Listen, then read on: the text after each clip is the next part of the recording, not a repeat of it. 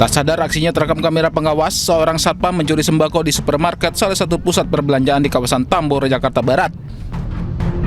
Pelaku menyimpan sembako curian ke dalam tumpukan keranjang, kemudian memasukkannya ke lemari di dalam supermarket dan dibawa pulang usai bekerja. Aksi pelaku juga sempat direkam kamera ponsel salah satu karyawan supermarket. Tim Tiger Unit Reskrim Polsek Tambora langsung bergerak cepat menangkap pelaku tak jauh dari tempatnya bekerja. Dari pemeriksaan sementara, pelaku telah beraksi selama 5 bulan terakhir dan meraup untung 70 juta rupiah dari hasil penjualan sembako curian. Uang tersebut digunakan untuk menafkahi keluarga dan ikut judi online. Jadi modus operandi yang dilakukan adalah dengan menumpuk barang-barang sembako di keranjang-keranjang, kemudian dimasukkan ke lokernya yang pada saat pulang dibawa pulang. Jadi total kerugian yang diderita sekitar 70 juta. Untuk hasil sembako sendiri digunakan untuk kehidupan sehari-hari sama keluarga dan digunakan untuk slot. Untuk mempertanggungjawabkan perbuatannya, pelaku dijerat pasal tindak pidana pencurian dengan ancaman hukuman 5 tahun penjara. Dari Jakarta, Miftahul Gani, iNews melaporkan. Usai ditangkap, Roy Suryo dan Dr. Tifa dibawa keluar Mapolda untuk menjalani pemeriksaan kesehatan. Informasi selengkapnya usai jeda.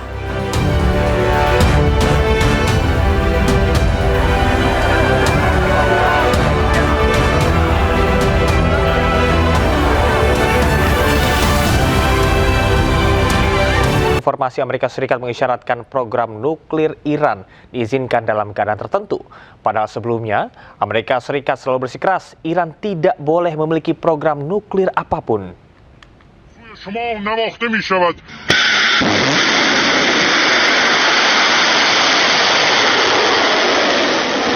Dilansir dari media TRT World, Presiden AS Donald Trump mengisyaratkan bahwa Amerika Serikat dapat izinkan program nuklir Iran dalam keadaan tertentu.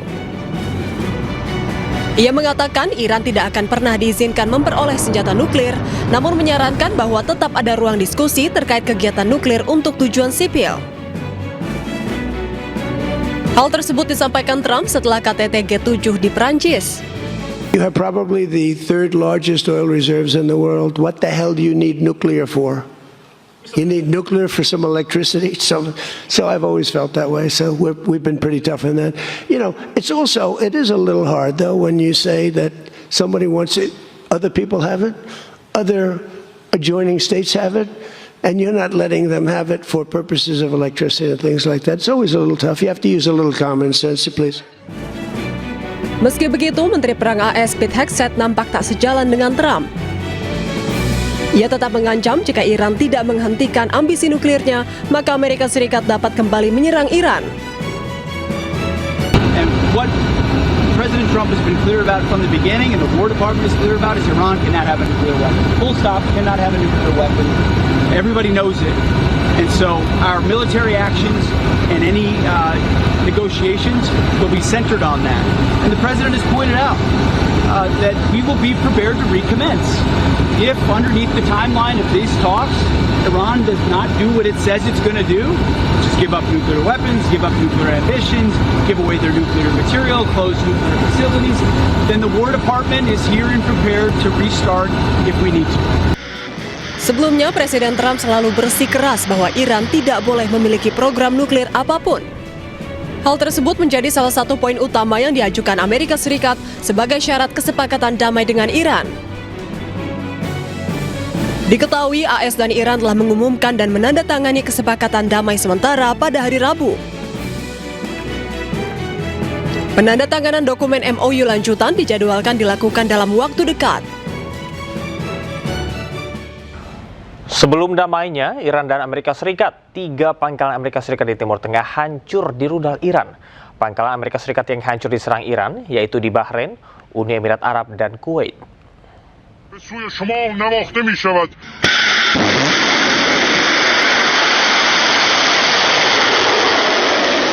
Sebelum damainya Amerika Serikat dengan Iran, Korps Garda Revolusi Iran atau IRGC meluncurkan 12 rudal balistik dan penyelesaian operasi pembalasan kepada Amerika Serikat.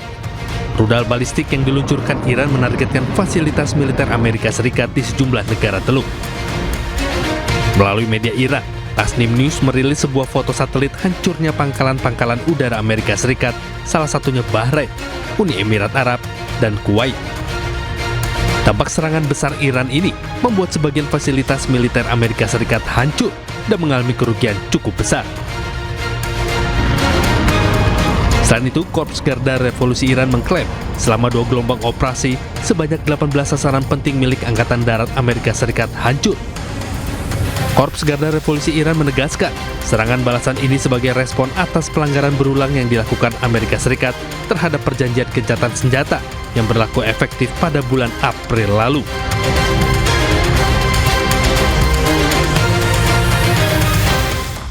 Iran memiliki 3 rudal canggih saat perang melawan Amerika Serikat dan Israel, dan berikut kekuatan 3 rudal balistik Iran. به سوی شما نواخته می شود.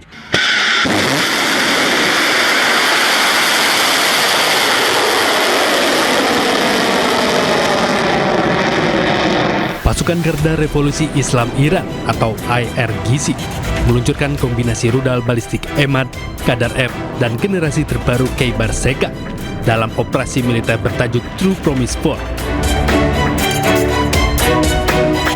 Rudal Emad adalah rudal balistik jarak menengah berpemandu yang dimiliki Iran.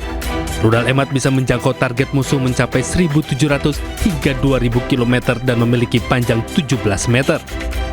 Selain itu, rudal Emad memiliki berat 17 ton dan bisa membawa muatan 750 kg hulu ledak.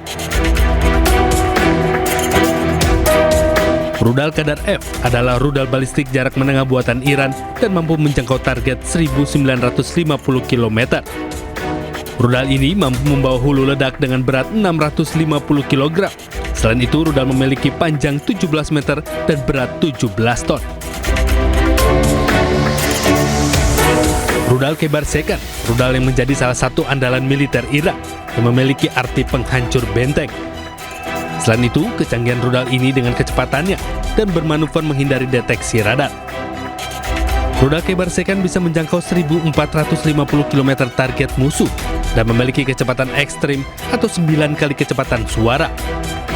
Selain itu, Khaybar Seka memiliki panjang 11,4 meter dengan total berat 6,3 ton dan memiliki hulu ledak 550 kg. Setelah lebih dari 100 hari perang, Amerika Serikat dan Iran sepakat berdamai. 14 poin disepakati, termasuk Iran dan Amerika Serikat menghentikan seluruh operasi militer. Lebih dari 100 hari perang, Amerika dan Iran akhirnya kesepakatan damai kedua negara berhasil dicapai. Keduanya mencapai kesepakatan tertuang dalam 14 poin yang resmi ditandatangani oleh Presiden Amerika Donald Trump dan Presiden Iran Masoud Pezeshkian.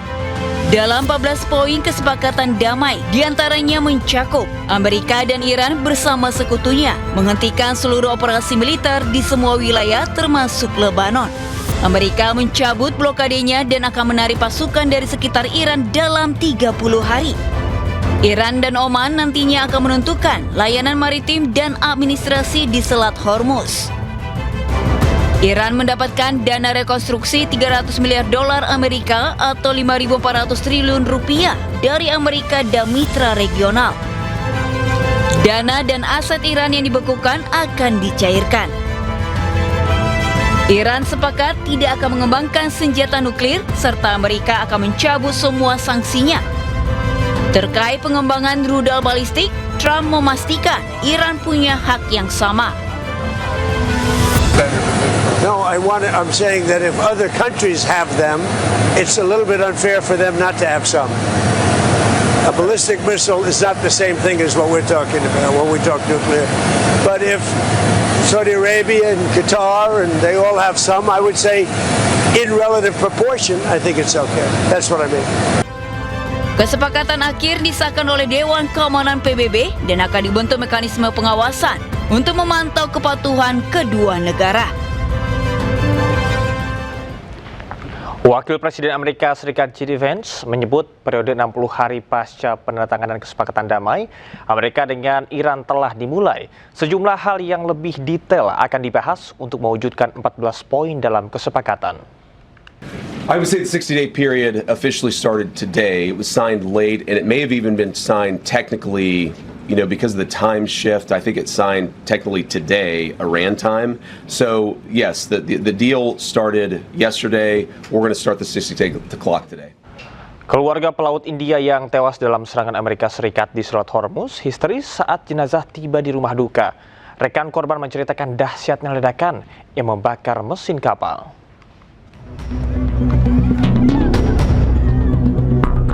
Keluarga pelaut India yang tewas dalam serangan Amerika Serikat di Selat Hormuz histeris saat prosesi kremasi jenazah. Shivanan Chaurasia, seorang teknisi mesin kapal MT Setebelo, menjadi satu dari 3 pelaut yang tewas pada 10 Juni lalu. Korban disemayamkan kemudian dikremasi di kampung halamannya di Uttar Pradesh, India. Keluarga dan kerabat pun histeris serta sangat kehilangan. घटना है 10 जून 2026 की ठीक 7:30 बजे सुबह के टाइम में, और जो घटना इतना ज़्यादा विस्फोट इतना तेज था कि वो पूरा इंजन रूम के पोर्ट साइड में पूरा आग लग गया था, और आग इतनी भयानक थी कि सर हम लोग जाना मुश्किल हो। धमाका सुन के हम लोग Sebelumnya, kapal MT Setebelo menjadi sasaran tentara Amerika atas tuduhan membawa minyak Iran dan tidak mematuhi arahan dari pasukan Amerika. Akibatnya, 3 pelaut India tewas terkena ledakan. Sementara itu, operator kapal membantah telah membawa minyak dari Iran. Drone Ukraina kembali menyasar Moskow, ibu kota Rusia.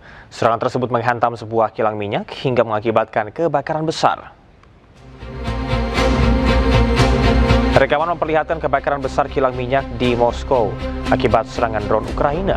Asap terlihat membumbung tinggi di atas area serangan. Fasilitas tersebut menjadi sasaran drone Ukraina untuk yang kedua kalinya dalam sepekan. Menurut wali kota Moskow, Sergei Sobyanin, sekitar 200 drone berhasil dicegat oleh sistem pertahanan Rusia. Hingga kini belum ada laporan resmi mengenai jumlah korban jiwa.